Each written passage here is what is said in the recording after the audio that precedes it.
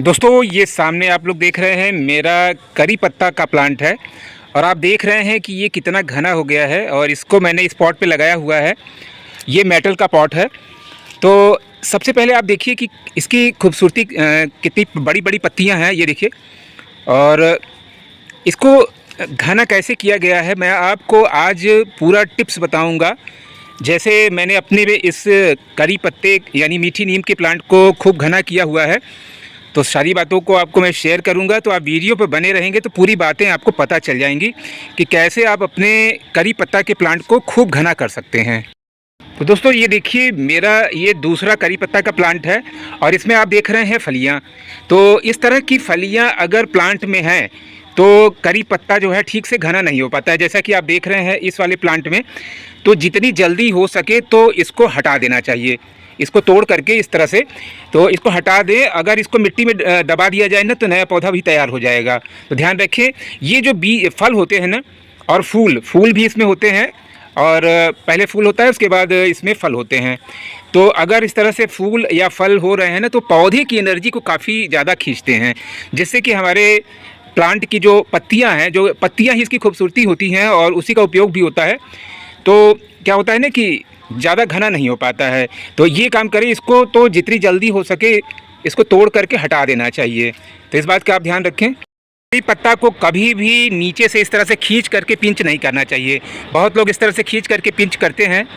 जैसे ये देखिए, इसको इस तरह से कभी भी पिंच नहीं करना चाहिए। जब भी आपको तोड़ना हो तो पूरी की पूरी पत्ती का ये ब्रांच जैसे ये पूरा का पूरा एक साथ ही तोड़ लें। ऊपर से इस तरह से तोड़ लेंगे ना तो क्या होगा कि आपका पौधा खूब घना बना रहेगा। करी पत्ता के प्लांट को हमेशा धूप में रखने की ज़रूरत होती है। इसको शेडिंग एरिया में अगर आप रखेंगे तो ये पौधा जो है फोटोसिंथेसिस यानी प्रकाश संश्लेषण ठीक से नहीं कर पाएगा। तो इसमें जो है इसका जो फूड जो है वो नहीं बन पाएगा, जिससे क्या होता है ना कि पत्तियां फिर डेवलपमेंट नहीं ले पाती हैं। तो ये काम आप करें, इसको हमेशा ये वाला जो प्लांट होता है करी पत्ता का, इसको हमेशा सनलाइट की ज़रूरत होती है।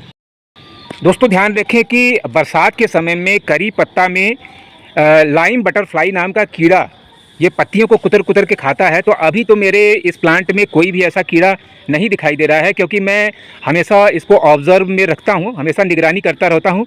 कोई भी कीड़ा जो लाइम बटरफ्लाई का होता है उसको निकाल करके धीरे से मैं दूसरी जगह इसको रख देता हूँ। तो अगर ये कीड़ा अगर इसमें लग गया लाइम बटरफ्लाई का, जिसको हम नींबू तितली बोलते हैं, तो वो क्या करता है ना कि पत्तियों को खाता रहता है। उससे हमारा जो प्लांट होता है धीरे धीरे कमज़ोर होने लगता है। तो अगर दो चार कीड़े हो तो उनको हटा करके दूसरी जगह रख दें। अगर बहुत ज़्यादा प्रकोप हो गया हो तो उसको जो है जहाँ तक पत्तियाँ ख़राब हुई हों उसको कट करके बिल्कुल अलग कर देना चाहिए। अगला पॉइंट ये है कि जिस पॉट में आपने लगाया है ध्यान रखें कि उसमें कभी भी बहुत ज़्यादा पानी न भरा रहे। जैसे कि आप ये देख रहे हैं इस पॉट में नीचे एक होल है। उससे क्या होता है कि जब भी बहुत ज़्यादा भी पानी इसमें अगर इकट्ठा हो जाता है तो नीचे से निकल जाता है। तो इस बात को आपको ध्यान में रखना चाहिए कि इसमें वाटर लॉगिंग न होने पाए। वाटर लॉगिंग पौधे को हमेशा ख़राब करती है। तो इस बात का आप ध्यान रखें। इस तरह से आपका जो करी पत्ता का प्लांट है मीठी नीम का, वो खूब घना रहेगा। अब इसमें एक ऐसा फर्टिलाइज़र दोस्तों मैं बताऊंगा जो कि इसकी पत्तियों को खूब बड़ा बड़ा और चमकदार और खूब ढेर सारी पत्तियां बनाने के लिए जिम्मेदार होगा।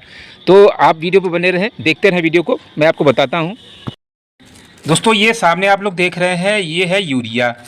तो यूरिया जो है ये एक्चुअल में बहुत ख़तरनाक फर्टिलाइज़र होता है, ध्यान रखें। लेकिन ये जो क्योंकि इसमें नाइट्रोजन बहुत ज़्यादा होता है जो कि पत्तियों को हरा भरा रखने के लिए बहुत रिस्पॉन्सिबल होता है। तो आपने मेरा जो मीठी नीम का प्लांट है वो देखा, तो हमें क्या करना है, सिर्फ इसके 2 दाने इस तरह से ले लेने हैं। ये देखिए, ये आप मेरे हाथ में देख रहे हैं, सिर्फ 2 दाने है ना। 2 दाने से ज़्यादा नहीं लेना है। और इसको जो बड़ी बोतल होती है कोल्ड ड्रिंक की, उतना पूरा पानी भर करके उसमें इसको डाल करके अच्छी तरह से घोल लेना है। तो ये बॉटल आप देख रहे हैं पूरा पानी से भरा हुआ है, ये देखिए। और इसमें मुझे डालना है सिर्फ 2 दाने यूरिया के। ये देखिए मेरे हाथ में सिर्फ 2 दाने हैं ये, और 2 से 3 नहीं करना है। ध्यान दें, जितना बड़ा मेरा इसका पॉट है मीठी नीम का, तो बस 2 दाने इस तरह से। अगर गमला छोटा है तो सिर्फ 1 दाने लेना है, बस इसको पानी में इस तरह से डाल देना है और इसको ढक्कन लगा कर इस तरह बंद कर देते हैं।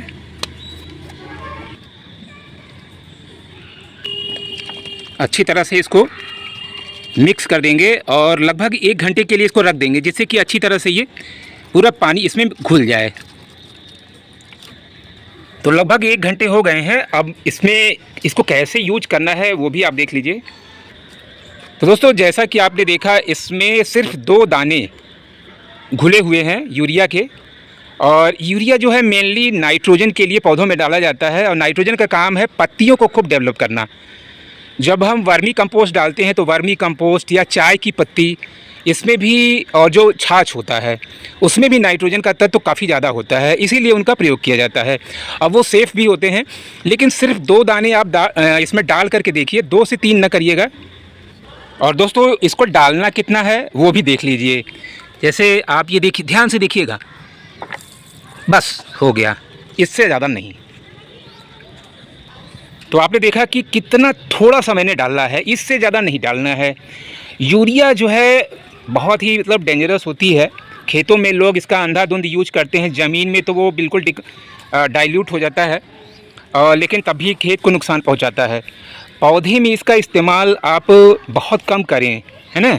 यानी कुछ पौधों में तो बिल्कुल भी नहीं करना है, जो डेलिकेट प्लांट होते हैं उसको बिल्कुल उसमें नहीं करना है। जितने हार्डी प्लांट है, अरे गमला आपका बड़ा है तो सिर्फ 2 दाने आप चाहें तो, अगर आपकी इच्छा हो तो आप कर सकते हैं। तो ये देखिए, ये पिछले महीने मैंने ऐसा किया था, तो आप उसका रिज़ल्ट देखिए, इस तरह से रिज़ल्ट है। आप इसका विकल्प यानी पूरी तरह से ऑर्गेनिक अगर डालना चाहते हैं तो चाय की पत्ती मैं आपको दिखाता हूँ। देख रहे हैं मेरे हाथ में ना, ये उबली हुई चाय की पत्ती है। चाय की पत्ती इस तरह से उबालें जिससे कि उसमें दूध का कंटेंट न रहे, और इसको सुखा करके डिब्बे में पैक करके रख लें, और बीच बीच में इस तरह से अपने पौधे में डाल दें। ये मिट्टी को एसिडिक भी बनाएगा। मीठी नीम को एसिडिक सॉइल की ज़रूरत होती है। और इसके साथ ही साथ आप छाछ, जैसे अगर आपने डाला ही होगा अपने मीठी नीम के प्लांट में, कभी न कभी डाला होगा, तो उसका इस्तेमाल आप कर सकते हैं। तो ये 2 चीज़ें हैं, चाय की पत्ती, उबली हुई चाय की पत्ती, और छाछ। उसका प्रयोग आप अपने मीठी नीम के प्लांट पे कर सकते हैं। और ध्यान रखें कि जब पिंचिंग करें ना तो ऊपर से करना है, ऐसे खींच करके पत्तियां नहीं तोड़नी है। इस तरह से देखिए, जैसे ऊपर से इस तरह से ऐसे कट कर दें, और इसका जहाँ भी आपको यूज करना है यूज कर लें। और इंटेंशनली आपको अगर घना करना है ऊपर से प्रूनिंग करके, तो ऊपर से ही कट करना चाहिए। इस तरह से थोड़ा थोड़ा पिंचिंग करते रहेंगे ना, तो आपका मीठी नीम का पौधा वो खूब घना रहेगा। तो दोस्तों, जैसा कि मैंने बताया आपको कि पिछले महीने सिर्फ 2 दाने इसी तरह से मैंने डाला था, और इन 2 दानों का कमाल भी मैंने देखा, खूब घना हो गया है हमारा ये मीठी नीम का प्लांट। तो आप चाहें तो पूरा सावधानियां रखते हुए अपने भी मीठी नीम के प्लांट में सिर्फ 2 दाने इस तरह से डाल सकते हैं। और अगर आपको इस तरह से डर लग रहा हो तो न डालें, क्योंकि अगर थोड़ा सा भी गलती हुई ना तो रूट्स उसकी जल सकती हैं पौधे की। तो इस बात का ध्यान में रखना चाहिए। और जब भी डालें 2 दाने तो इस तरह से लगभग 5 लीटर पानी में डाइल्यूट करके उसको प्रयोग करें।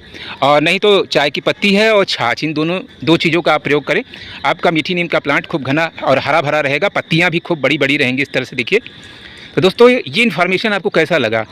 अगर आपको ये इन्फॉर्मेशन अच्छा लगा हो मीठी नीम के संबंध में, कड़ी पत्ता के संबंध में, तो वीडियो को लाइक करें, कमेंट करें, ज़्यादा से ज़्यादा शेयर करें, ताकि लोगों को भी, सबको इस बात का इन्फॉर्मेशन मिल सके।